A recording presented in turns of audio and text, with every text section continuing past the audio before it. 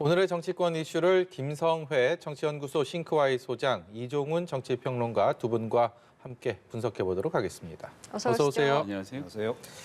먼저 이 대선 D-58일 남은 상황에서요.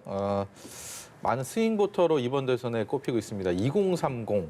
도대체 2030 세대가 뭐길래 두 후보 나아가서 모든 후보들이 이들에게 집중하는 공을 들이는 모습들 왜 그래야 된다고 생각을 하는지 그리고 이게 단순히 많은 세대를 수적으로 우세한 세대는 아니지 않습니까? 그럼에도 불구하고 유독 다른 대선에 비해서 이 세대에 집중하는 이유가 특별히 있을까요? 2030이 뭐길래라는 그 사회자님 질문에 그대로 다 들어가 있다고 생각합니다. 2030이 뭔지 잘 몰라서 그러는 거죠. 아하. 예전과는 다른, 즉 한 10년 전만 해도 2030 하면 의례 민주당들을 더 많이 지지해서 젊으면 민주당, 나이가 좀 드시면 이 보수 이렇게 나뉘어져 있었는데 그 그림이 바뀌기 시작한 첫 시점이라고 생각을 하고요. 지금 소위 말하는 이제 좀 거친 표현인지 모르겠습니다. 꼰대라든지 이런 말들을 2030이 비판할 때 그 비판하는 대상이 60, 70 어른들이 아니라 40, 50 요 세대들을 이야기하는 것이거든요. 직장에서 자기들이 직접 부딪히는 사람, 꼴 보기 싫은 사람, 그리고 또 민주당 입장에서 민주당의 주류 세력 이런 인식들을 갖고 있는 거죠.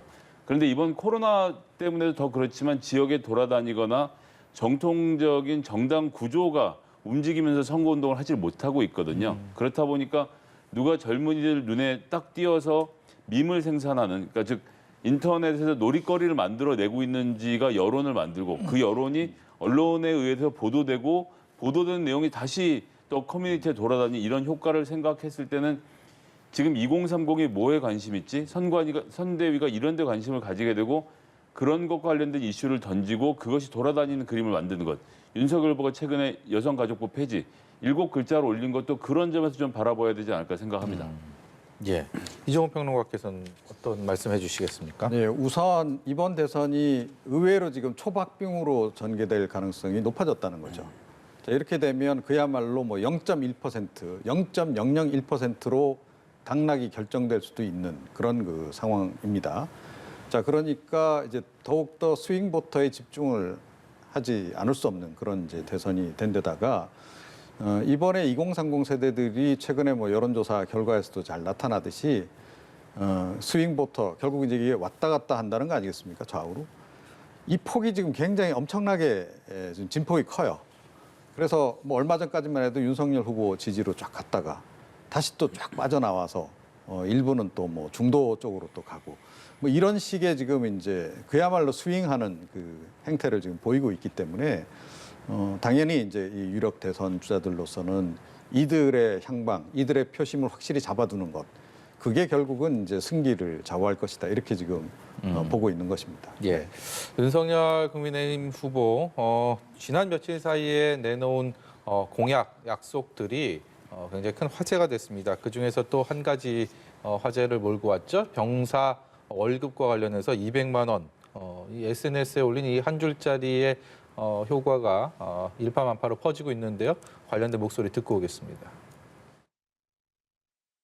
저는 남성이니 여성이니 하는 것을 이렇게 분류하는 자체가 다 같은 대한민국 국민으로 그런 시각을 자꾸 만드는 것을 바람직하지 않다고 보고요. 예를 들어서 우리 청년 병사들에게 최저임금을 보장한다고 하는 것은 그들만에 대한 것이 아니고 그들의 부모님에 대해서도 또 자녀들에게 부모로서의 그런 좀 도와줘야 되는 부담에서 조금 더 자유로워질 수 있고 안정되게 또 자녀들의 미래를 바라볼 수 있는 것이기 때문에 이것이 꼭 20대 남성만을 위한 것이라고 보지는 않습니다. 네, 윤석열 후보, 이준석 대표와 극적인 화해 이후에 2030 표심에 적극적으로 좀 구애를 하는 모습을 보이고 있습니다. 여성가족부 폐지, 또 이 말씀하신 병사봉급 인상 등 젠더나 이제 이념 이슈와 관련해서 지금 쟁점화를 시키고 있는 모습인데 이런 움직임의 배경은 뭐라고 보시는지도 궁금합니다. 지지율이 급한 이유가 지금 크게 있습니다. 2030이 흩어져 있고 2030이 지금 아무래도 부동표가 많은 상태인데 이준석 대표의 결별 이후에 이게 떨어졌던 지지율을 회복시키는 과정이거든요. 그럼 뭔가 좀 준비를 해서 이야기를 해야 되는데 이게 지금 굉장히 여러 가지로 복잡해집니다. 제가 지금 국민의힘 상근 부대변인의 논평을 하나 좀 인용할까 하는데요. 예. 현재 하사 1호봉 월급은 167만 원이다. 이재명 후보가 이를 27년까지 200만 원으로 인상하겠다고 한다. 굳이 복무 기간이 긴 하사를 선택할 이유가 있나? 라고 하면서 이 후보 공약의 가장 큰 문제는 예산이다.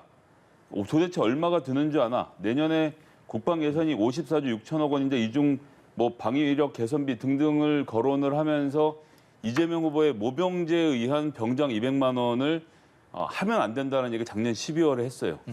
그런데 그나마도 이재명 후보는 모병제로 군사의 숫자를 줄이면서 모병의 숫자를 줄이면서 병장 200만 원 얘기했는데 윤석열 후보 200만 원 얘기하거든요. 최저임금 주는 거 저도 동의합니다. 저도 군필자로서 사실 저는 좀 너무 옛날 얘기하는데 12,000원 받고 병장 때 군대를 했거든요. 예. 그런 입장에서 월급을 주는 건 좋은데 같은 당에서도 지금 어느 정책이 맞는지 즉 200만 원을 줄 수 있다는 얘기인지 없다는 얘기인지 정리가 안 되는 상태에서 공약이 지금 막 튀어나오고 있는 이런 모습 그다음에 여성가족부 폐지에 대해서 대변인이 다른 부처를 논의하고 있다고 하니까 후보가 직접 SNS에다가 대변인 말 믿지 마라. 뭐 내가 하는 말 아니면 다 아니다. 하더니만 이번에 또 여가부 폐지 관련돼서 정책본부장인 원희룡 본부장이 오늘 아침에 라디오 인터뷰를 통해서 난 사전에 그걸 몰랐다. 라고 하면서 또 전기차 공약 얘기를 가니까 후보에겐 보고하지 않고 우리가 정한다. 전기차 이 전기요금 동결. 이래서 도대체 누구 말을 믿어야 되는지를 설명을 못 해주고 있는 상황이 만들어지는 게 좀 되게 답답합니다. 예. 일관된 목소리를 내고 있지 못하다라는 말씀이시고 사실 지금 뭐 여가부 폐지라든지 이런 이 봉급 인상이라든지 이런 문제들이 어떻게 보면 원래는 20대, 30대 여성과 남성의 표심을 다 가져오려고 했던 만물 정치가 실패하면서 결국 이제 남성에게 집중하다 보니까 이런 정책들이 나온다라는 지적도 있거든요. 네. 이런 부분 통틀어서 어떻게 보시는지요? 딱 이대남 맞춤형 공약을 지금 내놓고 있는 거죠. 예, 최근에. 왜 그럴까? 최근에 윤석열 후보의 지지층 중에서 그 밖으로 빠져나간 그 지지층의 주류가 그들이기 때문입니다. 그러니까 이대남이기 때문에 미워도 다시 한번 그들을 다시 불러들이는 편이 바깥에 흩어져 있는 다른 지지층들을 끌어오는 것에 비해서 훨씬 더 쉽다. 그리고 혹시 이들이 그러니까 잠시 떠나갔다가 영원히 떠나갈 수도 있기 때문에 그 마음이 확고해지기 전에 빨리 되돌리는 게 필요하다. 이 생각을 지금 하고 있는 겁니다. 그래서 최근에 어찌됐건 지지율이 굉장히 급락하면서 그 내부 분석을 좀 했겠죠. 그래서 어느 층이 주로 많이 빠져나갔는가를 이제 분명히 분석을 했을 거고 그 결과 역시 이대남, 그러니까 20대 남성들이 많이 빠져나갔다라고 보고 그 표를 잡는데 일단 집중하는 것으로 이렇게 보이는데 그런데 조금 전에도 이제 지적을 하셨다시피 그런데 이게 급한 마음에 너무 막 이렇게 던지기식으로 지금 공약을 내놓고 있어요. 이재명 후보가 초반에 이랬던 것 같은데 요즘은 많이 좀 자제를 하고 있더라고요. 그런데 윤석열 후보가 지금은 좀 마구 이렇게 공약을 내지르는 식으로 지금 내놓고 있다. 검증이 안 된. 그리고 과거에 본인들이 주장했던 거하고 이게 논리적으로 연결이 되는지조차도 검증이 잘 안 된 그런 게 지금 계속 나오는데 이게 앞으로도 계속 이런 식으로 이렇게 공약이 나온다라고 전제했을 경우에는 다시 한번 그 후보자 리스크 논란에 휩싸일 수밖에 없다. 이렇게 생각을 합니다. 예, 유독 이번 대선에서는 특히나 이런 세대라든지 젠더 갈등과 관련된 이슈들, 쟁점들이 좀 눈에 띄게 부각이 되는 것 같습니다. 그간 대선을 봤을 때는 주로 이념이라든지 그런 갈등과 정책들이 많이 있었지 않습니까? 유독 이번 대선에서 이런 젠더 이슈들이 화제가 되는 것은 왜 그렇다라고 분석하시는지요? 그러니까 역시 이제 MZ 세대가 중요하다라고 생각하다 보니 이제 MZ 세대에 이제 집중을 하는 거고요. MZ 세대 중에서도 그러면 우리가 어느 쪽에 더 이제 집중을 할 거냐? 이제 이 선택의 이제 기로에서 국민의힘 같은 경우에는 뭐 지난번에 이제 신지혜 전 대표를 뭐 영입을 한다든지 이런 행보들을 통해서는 사실은 이제 이대녀 쪽으로 확장을 하려고 하다가 이게 지금 급하게 궤도 수정이 된 거죠. 일단 이대남부터 다 챙기고 보자. 그래서 지금 이제 이런 그 공약이 지금 나오고 있는 이제 그런 그 상황인데요. 그런데 이 정치권이 이거는 전 잘못하는 거다라고 생각합니다. 그러니까 이런 남녀 간의 어떤 뭐 특히 젊은 층들 사이에서 있는 그런 갈등들을 오히려 줄이려고 애를 쓰는 것이 그게 정치권이 해야 될 일이고 예. 누군가 대통령이 된다면 대통령이 해야 될 일 아니겠습니까? 그런데 그 갈등을 조장해서 어떻게든 그 갈등으로부터 뭔가를 좀 얻어내려고 하는 그런 그 자세를 취하는 것은 바람직하지 않다. 과거에 이거는 이념 갈등을 뭐 각 정당들이 오히려 더 유발을 해서 반사적 이익을 보려고 했던 그런 행태를 좀 연상케 한다. 이렇게 생각을 합니다. 예. 알겠습니다. 이런 이슈들과 관련해서 민주당도 목소리를 내고 있는데요. 우선 관련 내용들 듣고 이어가도록 하겠습니다. 여가부 논란으로 이렇게 이대남과 이대녀 간의 갈등을 조장하고 멸치 논란으로 이렇게 확 색깔론을 가지고 이렇게 편을 가는 모습이 참 유치해 보입니다. 항상 그 야당이 우리 문재인 정부를 비판할 때 국민을 편을 가지고 서로 대립하게 만들었다 이렇게 순전히 비판을 많이 해왔던 분들인데 정작 본인들이 지금 선거에 이기려고 다 세대를 갈등으로 만들고 남녀 갈등을 부추기 색깔론을 하고 이런 것은 참 유치해 보이고 나라를 끌고 가기에는 참 격에 맞지 않게 생각이 듭니다. 예, 저희가 앞서서 얘기를 나눈 여성가족부 폐지 그리고 병사 월급 200만 원 이뿐만이 아니라 지난 주말 사이에 이른바 멸공 인증 이것이 정치권 대선 레이스의 여야의 하나의 논쟁거리였습니다. 민주당에서는 이준석 감독하에 윤석열 후보가 막장 연기를 하고 있다 뭐 이런 표현까지도 했는데요. 이 현상들 어떻게 보고 계십니까? 여가부 폐지 관련돼서는 지금 심지어는 보수 언론에 오늘 일제히 나왔던 사설들을 다 보면요. 한 신문을 제외하면 전부 다 폐지까지는 과하다. 뭐 성평등 가족부가 됐든 어떤 형태로든 대체하는 걸 해야지 무조건 없앨 수 있는 건 아니지 않느냐라는 이야기를 지금 하고 있고요. 이재명 후보 본인도 한쪽 편만 들면 안 된다라는 이야기를 하면서 어쨌거나 균형 있는 논의를 하자고 하는 것 아닙니까? 여가부 문제가 있다는 걸 누가 모릅니까? 거기에 대해서 어떤 해결책을 내놓을지를 토론하고 있는데 폐지, 이건 지금 박근혜 대통령 때 해경의 문제 있으니까 해경 해체, 그다음에 이번에는 또 선대위가 문제 있으니까 국민의힘 선대위 해체, 여기에 이어서 여가부 폐지 등 뭔가 논의가 안 되면 다 없애고 보겠다 이렇게 접근을 하는 것 자체가 정치에서는 한쪽이 100을 얻는 싸움이 없거든요. 뭐 모르겠습니다. 검찰의 세계에서는 유죄 아니면 무죄로 갈리는지 모르겠지만 여기는 그 사이에 굉장히 많은 옵션들이 있고 그중에서 어디에서 타협을 할 건지에 대해서 얘기를 좀 서로 해야 되는데 그런 부분에서 좀 약하게 나가고 있다는 점이 좀 매우 아쉬워서요. 좀 정치적으로 토론할 수 있는 부분들을 토론을 해야 되지 않겠냐라고 생각을 합니다. 이른바 그 멸공, 때 아닌 멸치 논쟁은 어떻게 보세요? 저는 그건 정말로 지금 윤석열 후보가 지금도 그 사실을 말씀하시지 않는 부분에 좀 아쉽습니다. 저도 그 윤석열 후보가 사는 바로 옆에 삼풍 아파트에 살았기 때문에 더 잘 아는데 거기서 이수역의 이마트를 가는 사람은 아무도 없습니다. 예. 그 근처에 있는 다른 마트들이 많이 있거든요. 이 이마트를 갔다는 것은 정영진 부회장을 응원하고자 갔다라고 하는 이야기. 그다음에 멸치, 그다음에 콩이라는 해시태그를 단 것은 우리가 이념상 지금 중국과 북한으로부터 나라를 지켜야 되는 거 아니냐는 말을 왜 떳떳하게 못합니까? 거기 가서 갑자기 국물 내는 멸치를 좋아해서 멸치를 샀다, 뭐 콩도 필요하다라는 이야기로 애둘러 가시는 이유가 그렇게 대문짝만하게 글을 쓰신 다음에 이렇게 피해가는 이유를 잘 모르겠고요. 이념 논쟁을 하자면 전 좋습니다. 지금도 반공의 시대고 멸공을 해야 된다라고 주장을 하실 거면 당당하게 주장을 하시고 그걸로부터 유권자로부터 선택을 받으면 되는데요. 글쎄요. 지금 체제 경쟁이 의미가 있습니까? 자본주의가 완전히 이겼는데 북한과의 체제 경쟁을 하겠다는 자체가 국민들 볼 때는 좀 약간 볼썽사나워 보일까 걱정입니다. 예. 글쎄요. 그러니까 조금 이거는 위험이 많이 따르는 지금 전략을 펼치는 것 같아요. 제가 보기엔 이것 또한 이대남 중에서도 특히 뭐 흔히 이야기하는 일베 성향이 강한 그런 이대남을 겨냥한 그런 그 행보로 볼 수밖에 없다는 거고요.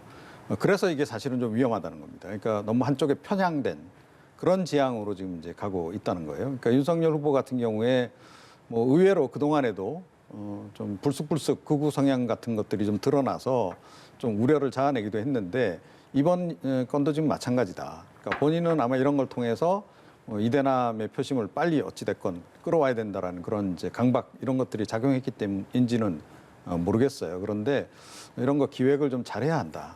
너무 좀 거칠다. 이런 좀 말씀을 드리지 않을 수 없습니다. 윤석열 후보 자의적인 판단일 거라고 생각하십니까? 아닙니다.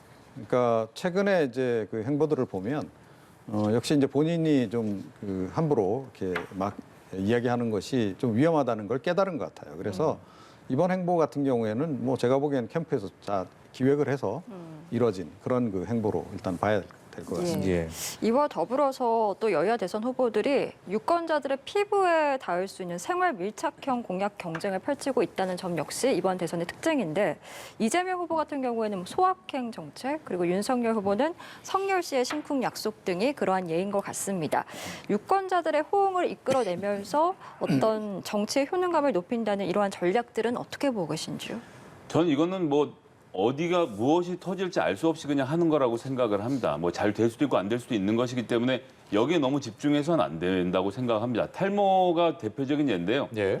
탈모인의 숫자가 많기도 하고 적기도 하잖아요. 근데 재미가 있으니까 사람들이 왁자지껄 떠든 거거든요. 그러면 이렇게 히트칠 다음번 소확행 공약이 뭐지? 이렇게 접근해서는 안 됩니다.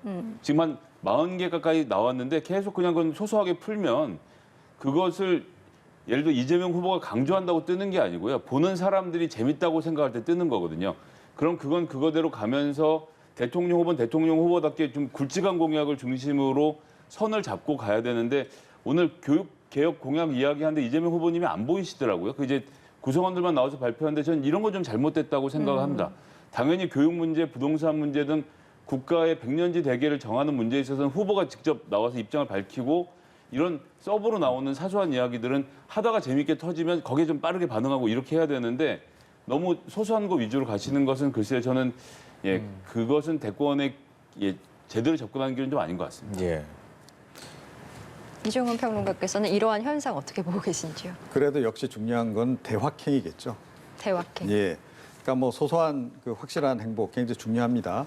자, 그런데 우리가 소확행만을 추구했다면 국가가 이렇게까지 발전했을까요?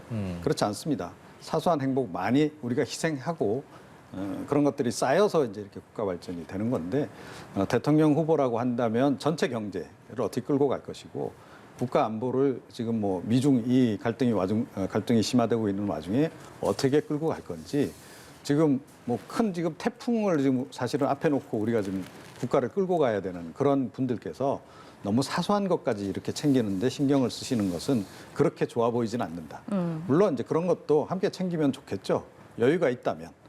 그런데 조금 전에 이제 말씀하셨듯이 그런 소확행 공약들은 오히려 참모진들이 선대위의 역할 분담을 해서 그런 것을 발표하는 것이 좋고 역시 큰 공약 위주로 국가 비전 특히 그런 쪽에 이 대선 후보는 집중하는 모습을 보여줘야 된다. 그래야 국민도 좀 안심하지 않겠습니까? 예. 오늘 유독 두 분께서 이 주제에 대한 생각들이 비슷하게 예. 접점을 형성하고 있음을 중간에서 좀 느낍니다. 그렇다면 이 주제에 대해서도 같은 비슷한 의견이신지 좀 여쭤보도록 하겠습니다.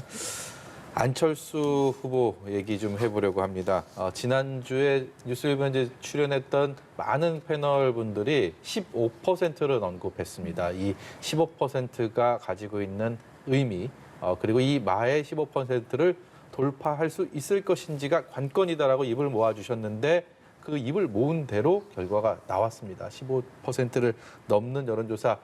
지금 화면으로 보시는 거는 KSOI의 주말 사이에 있었던 여론조사 결과인데 비단 저 조사뿐만이 아니고 다른 기관에서 한 조사들도 15%를 상회하는 결과들이 많이 나왔습니다. 그렇기 때문에 그 얘기 좀 해보겠습니다. 어떤 의미가 있겠습니까? 저는 이제 15%가 천장이라고 생각을 합니다. 15%까지는 누구나 올라갈 수 있는데 저기부터 넘는 게 어렵습니다. 왜 어렵냐면 안철수 후보 예를 들면 두 가지인데요. 일단 정당 정치 기반을 하지 않고 있기 때문에 아무리 정당 정치가 이상하고 우스워 보여도 동네에서의 영향력이라는 것이 있거든요. 그리고 조직적으로 밀어붙이는 힘, 그리고 유권자가 입장에서 봤을 때도 저 사람이 큰 정당의 후보다라는 것이 주는 안정감, 이런 것들이 없는 게 하나의 문제가 있고요. 그다음에 특히 중도에서 보수로 넘어가는 인사들 중에서 그런 유권자들 중에서 60대 이상의 노년층에서의 지지를 받지 못하면 저 15%의 벽을 넘을 수가 없습니다. 예. 근데 안철수 후보에게서 가장 약한 지점이 그 지점이라는 거죠. 근데 이런 흐름을 끊기 위해서 윤석열 후보가 20대를 강하게 치고 들어간 것은 지금 한 3, 4, 5% 정도 되는 사람들이 윤석열 후보에서 실망해서 어디로 갈 때를 모르다가 거기서 한 2, 3 정도가 지금 안철수 후보로 흘러 들어가고 있었단 말이죠. 이걸 다시 찾아오기 위해서 지난주 여가부 폐지부터 시작해서 여러 가지 강력한 공약들을 내놓은 것이거든요. 이것이 아직 정확히 여론조사 흐름에 반영은 안 되고 있는데 그래서 이러한 윤석열 후보의 공격으로부터 자기 자리를 지키면서 노년층, 중도층으로부터 어필을 해서 15% 벽을 뚫고 올라갈 때부터 안철수 후보의 정치인으로서의 가능성이 저는 열리기 시작하는 시점이라고 생각해서 지금은 출발선에 서셨다 이렇게 말씀드리겠습니다. 이제 다시 출발선에 섰다. 역대급 비호감 대선이라는 얘기들 많이 하지 않습니까? 그렇기 때문에 이 사람도 싫고 저 사람도 싫어서 그래서 안철수를 찍겠다 이런 분들도 꽤 많이 계시더라고요. 그런 현상들도 반영이 된 결과라고 볼 수가 있겠습니다. 네, 그렇죠. 그런데 사실은 지금 제가 보기에는 제3지대에 지금 그 표가 굉장히 많이 다시 재집결했습니다. 근데 여기에 전 누가 깃대를 꽂고 이제 앞장서 갈 수 있느냐 하는 건데 일단은 뭐 안철수 후보 쪽으로 1차 집결이 지금 이루어졌어요. 제가 보기엔 1차 민족 대이동이 좀 일어난 것 같습니다.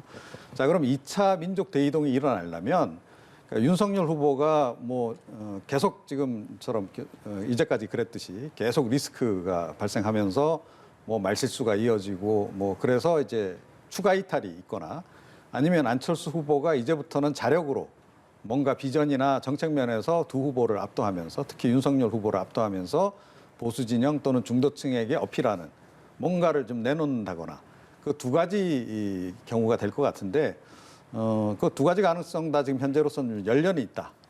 그렇게 생각을 해요. 그런데 안철수 후보가 과연 그 10년 동안도 못 보여 10년 동안이라고 하는 긴 세월 동안에도 충분히 국민들에게 어필하지 못했던 뭔가 새로운 국가 비전을 과연 내놓을 수 있을까? 그런 의구심이 이제 한쪽에 드는 거고요. 그다음에 일단 뭐 갈등이 봉합되고 나면 뭐 그리고 또 저쪽도 가만히 있지는 않지 않습니까? 윤석열 후보 측에서도 어떻게든 표심을 다시 잡기 위해서 이제 애를 쓸 것이기 때문에 그게 과연 이제 어떻게 규결될 것인가? 이거는 좀 향후에도 우리가 당분간 좀 지켜봐야 될 대목이 아닌가 이렇게 생각합니다. 예, 알겠습니다. 오늘 정치권에 있는 이슈들 이야기 나눠봤고요. 김성애 정치연구소 싱크와이 소장 그리고 이종훈 정치평론가와 함께했습니다. 오늘 말씀 고맙습니다. 고맙습니다.